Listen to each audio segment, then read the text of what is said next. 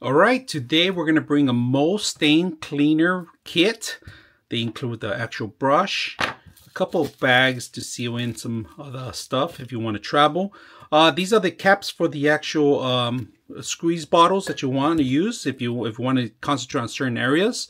So they include the brush, two of the actual in the package, and we're going to go ahead and test them out, see how effective they are. So let's go ahead and do that. We do have some builds up here, if you guys can see all around.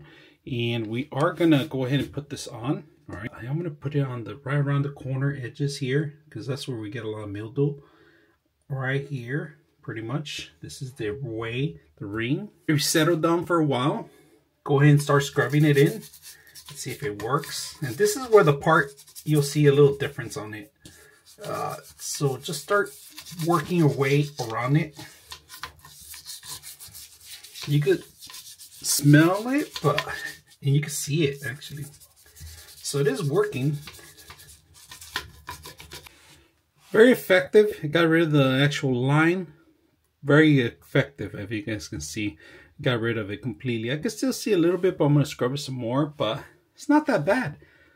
I like that it comes as a scrubber.